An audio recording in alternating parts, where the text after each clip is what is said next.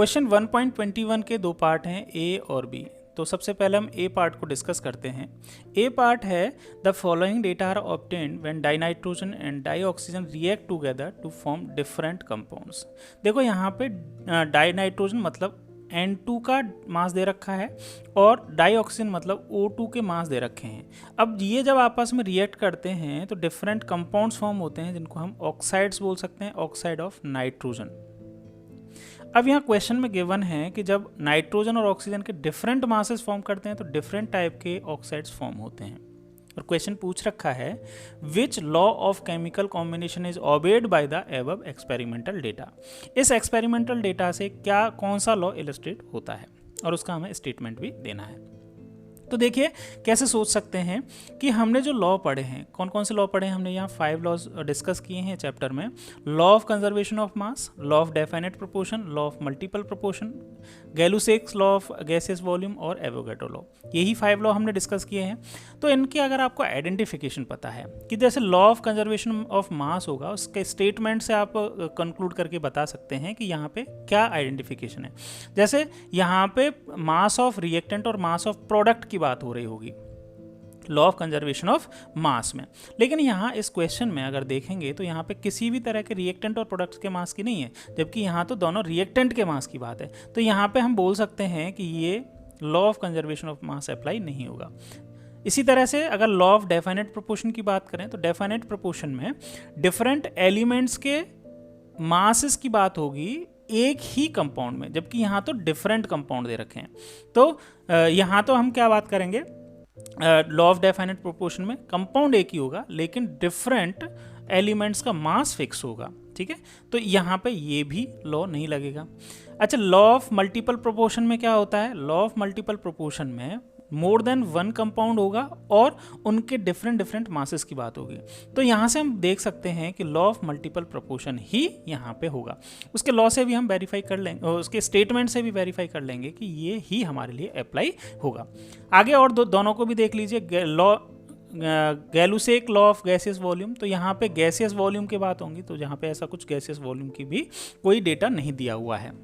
और लास्ट है Avogadro law. Avogadro law में नंबर ऑफ पार्टिकल्स के बारे में बात होती है, तो यहाँ पे वो भी नहीं गिवन है। तो हमारा आंसर तो आ गया, लॉ ऑफ मल्टीपल प्रोपोर्शन जो होगा वो ये डेटा को इलस्ट्रेट करेगा। अब उसको स्टेटमेंट को देखते हैं और इसको वेरीफाई करते हैं कि ये जो डेटा गिवन है वो उस स्टेटमेंट को वेरीफाई कर रहा है नहीं कर रहा है। तो सबसे पहले हम स्टेटमेंट देखते हैं। लॉ ऑफ मल्टीपल प्रोपोर्शन का स्टेटमेंट है if two element can combine to form more than one compound, the masses of one element that combine with the fix mass of the other element are in the ratio of small whole number. ये इसका statement है। Statement को अगर मैं simplify वे में बोलूँ तो मैं ऐसा बोल सकता हूँ कि अगर दो एलिमेंट, जैसे यहाँ पे नाइट्रोजन और ऑक्सीजन, दो एलिमेंट अगर आपस में कंबाइन होकर मोर देन वन कंपाउंड फॉर्म कर रहे हैं, तो इनके जो मासेस हैं, इनके किसी एक का मास अगर फिक्स कर दिया जाए, नाइट्रोजन का या ऑक्सीजन का, तो दूसरा एलिमेंट का जो मास होगा वो किस में होगा, स्मॉल होल नंबर के प्रपोर्शन में या रेशो में होगा। जैसे अब यहाँ पे अगर बात करते हैं तो आप या तो नाइट्रोजन का मास फिक्स कर दो या फिर ऑक्सीजन का मास फिक्स कर दो। तो यहाँ पे मुझे इजी जो लग रहा है वो ये लग रहा है कि यहाँ नाइट्रोजन का मास इजीली फिक्स किया जा सकता है, क्योंकि यहाँ पे 14 है, यहाँ 28 है। तो या तो आप इसको 28 को हाफ कर दो, दोनों 28 को, या फिर 14 को डबल कर दो। ज़्यादा इजी रहेगा कि आप 14 को जस्ट डबल कर दो, मल्टीप्लाई बाई 2 कर दो 14 को। तो जब आप नाइट्रोजन के मास को डबल करोगे तो आपको ऑक्सीजन का मास भी डबल करना होगा, क्योंकि रेशो तो फिक्स रहना चाहिए। आप मल्टीप्लाई कर सकते हो किसी भी नंबर से, लेकिन रेशो जो है वो फिक्स रहना चाहिए। तो देखो यहाँ पे 2 का मल्टीप्लाई करते ही नाइट्रोजन का मास आया 28 ग्राम। तो हम ऐसा बोल सकते हैं कि 28 ग्राम नाइट्रोजन जो है वो कितने 32 ग्राम ऑक्सीजन से कंबाइन होगा। इसी तरह से नाइट्रोजन का अगर मास यहाँ पे भी 28 ग्राम करना होगा तो 2 से मल्टीप्लाई किया और यहाँ पे भी सेम प्रोसीजर हो जाएगा, तो यहाँ पे हो जाएगा 64 ग्राम। ओके, अब यहाँ 28 ही रखना है, फिक्स करना है, तो हम यहाँ से 1 से मल्टीप्लाई करें या कुछ भी नहीं करें तो ये 28 ग्राम ही रहेगा, और यहाँ पे भी 1 से ही मल्टीप्लाई करेंगे। जिस नंबर से आप नाइट्रोजन के मास को मल्टीप्लाई करेंगे उसी से आप किसको करोगे, ऑक्सीजन को भी करोगे। तो देखो ये हो गया मल्टीप्लाई, यहाँ पे भी ए 1 से मल्टीप्लाई किया 28 ग्राम 28 ग्राम, तो यहाँ पे भी आप 1 से ही मल्टीप्लाई कर दोगे तो ये आ जाएगा 80 ग्राम। ठीक है, अब देखो यहाँ पे इस स्टेटमेंट के अकॉर्डिंग क्या है, the masses of one element that can combine with a fixed mass of the another element. देखो fix mass of another element मतलब एक एलिमेंट का मैंने मास फिक्स कर दिया जो कि कितना है 28 ग्राम, इन सभी का मास फिक्स कर दिया। तो जो दूसरे एलिमेंट का जो मास होगा वो किस में होगा, the ratio of small whole number.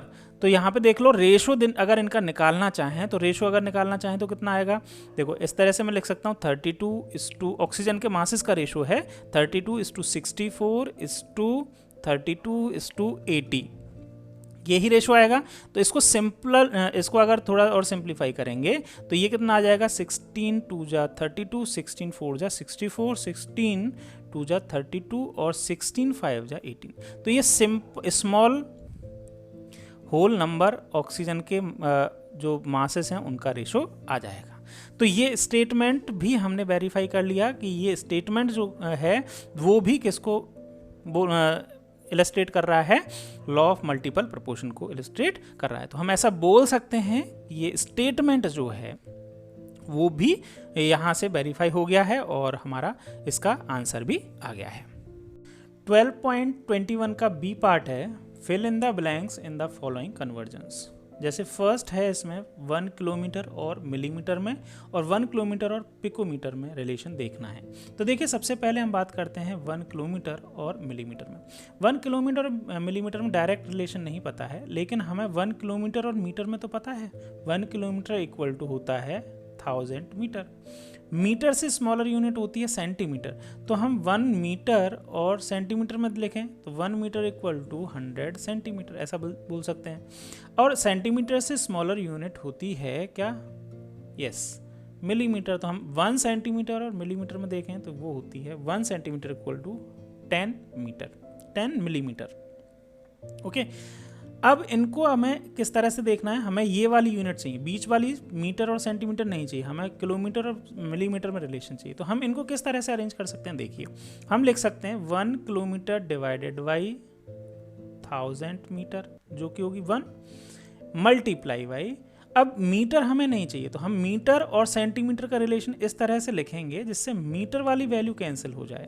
तो centimetre 1 metre divided by 100 centimetre. अब हमें सेंटीमीटर भी नहीं चाहिए तो सेंटीमीटर और मिलीमीटर वाली को इस तरह से अरेंज करें कि ये सेंटीमीटर भी कैंसिल हो जाए, 1 सेंटीमीटर डिवाइडेड बाई 10 मिलीमीटर, ये हो गया। अब देखो ये यूनिट जो है वो मीटर मीटर कैंसिल हो गई, सेंटीमीटर सेंटीमीटर कैंसिल हो गई। अब यूनिट में किलोमीटर और मिलीमीटर बचा है, बाकी न्यूमेरिकल वैल्यूज बची हैं, इनको आप सॉल्व करिए। न्यूमेरिकल यहाँ ऊपर वाली वैल्यूज तो 1 1 1 है, 1 मल्टीप्लाई बाई 1 तो वो तो आ गया 1, और यूनिट यहाँ पे किलोमीटर बचा है तो हमने लिखा 1 किलोमीटर डिवाइडेड बाई, नीचे देखें तो यहाँ पे नीचे ये भी कैंसिल हो गया, ये भी कैंसिल हो गई है, सिर्फ मिलीमीटर बची है तो मिलीमीटर लिख दी। अब न्यूमेरिकल वैल्यूज को सॉल्व करें, ये 1000 है, ये 100 है और ये 10 है, तो इसको 10 की पावर 6 लिख सकते हैं क्योंकि 1 के आगे यहाँ पे 6 जीरोज हो जाएंगे तो 10 की पावर 6। तो हम इससे बोल सकते हैं कि 1 kilometre equal to 10 to power 6 millimetre, और यही रिलेशन हमें चाहिए था। तो हम फिल इन द ब्लैंक्स में पहले में लिख सकते हैं 10 to power 6।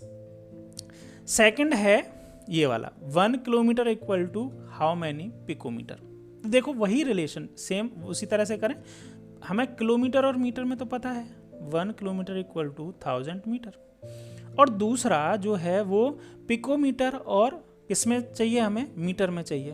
1 picometre equal to 10 to power -12 metre, ये भी हमें पता है। अब इन दोनों को हम इस तरह से अरेंज करें कि हमारी ये किलोमीटर और पिकोमीटर वाली यूनिट बचे, मीटर कैंसिल हो जाए। तो किस तरह से लिख सकते हैं हम, इस तरह से लिख सकते हैं 1 किलोमीटर डिवाइडेड बाई 1000 मीटर। अब हमें मीटर नहीं चाहिए तो हम मीटर को कहाँ करेंगे, ऊपर, मीटर ये वाली है वैल्यू तो इसको हम लेंगे ऊपर 10 to power -12 metre divided by 1 picometre. बस अब इसको सॉल्व कर लेना है। देखो मीटर से मीटर कैंसिल हो गई, अब बचा है किलोमीटर और पिकोमीटर, तो बस इतना कर लेना है। अब इसमें हम क्या कर सकते हैं, देखो 1 मल्टीप्लाई 10⁻⁻12, तो ये तो 10⁻⁻12 ही आ जाएगी, और यूनिट ऊपर आएगी किलोमीटर, डिवाइडेड बाई ये कितना आएगा 100 पिकोमीटर। अब हमें ये यूनिट जो चाहिए ना, रिलेशन जो चाहिए वो 1 मीटर में चाहिए, 1 किलोमीटर और पिकोमीटर में चाहिए। तो यहाँ इस वैल्यू को हमें 1 करना है, 1 करना है, तो इस वाली न्यूमेरिकल वैल्यू को हम कहाँ ले जाएं, नीचे ले जाएं। तो हम ऐसा बोल सकते हैं क्या कि 1 किलोमीटर डिवाइडेड बाई 10⁻, अब ये -12 है, 10⁻⁻12 नीचे जाएगी तो ये +12 हो जाएगी, मल्टीप्लाई बाई 10⁻, या 1000 लिख दो, ये पिकोमीटर। और इसको आप सॉल्व करें तो 1 किलोमीटर, इसको ऐसे भी करके लिख सकते हो, 1 किलोमीटर डिवाइडेड बाई, अब ये 10⁻12 और ये 3 जीरोज हैं, तो इसको हम लिख सकते हो 10⁻15 पिकोमीटर। तो इसका मतलब हुआ 1 किलोमीटर इक्वल टू 10⁻15 पिकोमीटर। तो जो वैल्यू यहाँ पे आएगी 1 kilometre equal to how many picometre, वो आएगी 10⁻15 पिकोमीटर। ठीक है, तो फर्स्ट हो गया। चलिए सेकंड वाले पार्ट को देखते हैं। सेकंड पार्ट में 1 मिलीग्राम और किलोग्राम में रिलेशन पूछ रखा है। तो डायरेक्ट रिलेशन तो हमें नहीं पता, लेकिन हमें 1 किलोग्राम और ग्राम में रिलेशन तो पता होता है। 1 किलोग्राम इक्वल टू कितना होता है 1000 ग्राम। और सेकंड रिलेशन 1 मिलीग्राम और ग्राम में भी पता होता है, 1 मिलीग्राम इक्वल टू 10⁻³ ग्राम। ये रिलेशन हमें पता है। अब इन रिलेशन को अरेंज करते हैं और किलोग्राम और मिलीग्राम में रिलेशन निकालते हैं। देखो किस तरह से, 1 kilogram divided by 1000 gram multiply by, अब हमें ग्राम नहीं चाहिए इस फाइनल रिलेशन में, तो हम ग्राम को कैंसिल करेंगे, और ग्राम को कैंसिल करेंगे तो सेकंड वाले रिलेशन से ग्राम को ऊपर रखें, 10⁻³ ग्राम डिवाइडेड बाई 1 मिलीग्राम। ये भी यूनिटरी मेथड से हमने किया। ठीक, अब यहाँ ग्राम से ग्राम कैंसिल हो गया। अब न्यूमेरिकल वैल्यूज को और यूनिट्स को आप अलग अलग कैलकुलेट कर लीजिए। जैसे 1 किलोग्राम इंटू 10⁻³ ग्राम तो कैंसिल हो गया, तो इसको ऐसा बोल सकते हैं हम 10⁻³ किलोग्राम डिवाइडेड बाई, नीचे की वाली वैल्यू क्या आएगी, ये ग्राम तो कैंसिल है तो यहाँ 1000, और यहाँ नीचे आ जाएगी मिलीग्राम, ऐसे बोल सकते हैं। इसको आप और थोड़ा सा अरेंज करके लिखें, किस तरह से लिख सकते हैं, ये इसको 1000 को हम 10⁻³ लिख सकते हैं। आपको किस में चाहिए 1 मिलीग्राम, तो मिलीग्राम को 1 कर दीजिए, तो 10, ये 1000 है, इसको ऊपर लेके चले जाएं, हम यहाँ लेके चले जाएंगे और यहाँ लेके जाएंगे तो ये 10⁻³ हो जाएगा। ये 10⁻³ है तो 10⁻³, तो ऑलरेडी ये 10⁻³ ये वाला मल्टीप्लाई बाई ये नीचे वाला 10⁻³, ये 1000 को आप 10⁻³ लिख सकते हो। ठीक है, ऊपर जाएगा तो ये -3 हो जाएगा, किलोग्राम यूनिट हुआ, डिवाइडेड बाई 1 मिलीग्राम। तो 1 मिलीग्राम इक्वल टू क्या लिख सकते हो, 1 मिलीग्राम इक्वल टू आप लिख सकते हो इसको 10⁻⁻6 किलोग्राम डिवाइडेड बाई 1 मिलीग्राम। तो 1 मिलीग्राम इक्वल टू 10⁻⁻6 किलोग्राम। तो यहाँ जो आएगा वो आएगा 10⁻⁻6 किलोग्राम। नेक्स्ट जो रिलेशन पूछ रखा है वो 1 मिलीग्राम और 1 नैनोग्राम में पूछ रखा है। तो देखिए हमें नैनोग्राम और मिलीग्राम में डायरेक्ट रिलेशन नहीं पता है, लेकिन हमें पता है 1 मिलीग्राम इक्वल टू 10⁻³ ग्राम होते हैं, और 1 नैनोग्राम इक्वल टू, नैनो का मतलब होता है 10⁻⁹ ग्राम। अब हमें इन दोनों में रिलेशन चाहिए, मिलीग्राम और नैनोग्राम में। हमें ग्राम नहीं चाहिए, ग्राम की हेल्प हम यहाँ ले रहे हैं। तो इस फर्स्ट वाले रिलेशन को, इस वाले फर्स्ट वाले रिलेशन को हम किस तरह से लिख सकते हैं, 1 milligram divided by 10⁻³ gram multiply by, अब ग्राम नीचे है यहाँ पे, तो ये वाला जो ग्राम और नैनोग्राम में रिलेशन जो है उसमें ग्राम को हम ऊपर लिख देते हैं 10⁻⁹ gram divided by 1 nanogram. Okay, तो ग्राम से ग्राम कैंसिल हो गया। इस वैल्यू को हम किस तरह से लिख सकते हैं, अब मिलीग्राम ऊपर मिलीग्राम बचा है तो हम ऐसे लिख सकते हैं 10⁻⁹ मिलीग्राम डिवाइडेड बाई 10⁻³ नैनोग्राम। अब हमें क्या चाहिए, मिलीग्राम और नैनोग्राम। 1 मिलीग्राम, ये मिलीग्राम जो है वो 1 करना है, तो 10⁻⁹ को नीचे लेके आएंगे, 10⁻⁻9 को नीचे लाएंगे तो ये 10⁻9 हो जाएगी, +9 हो जाएगी।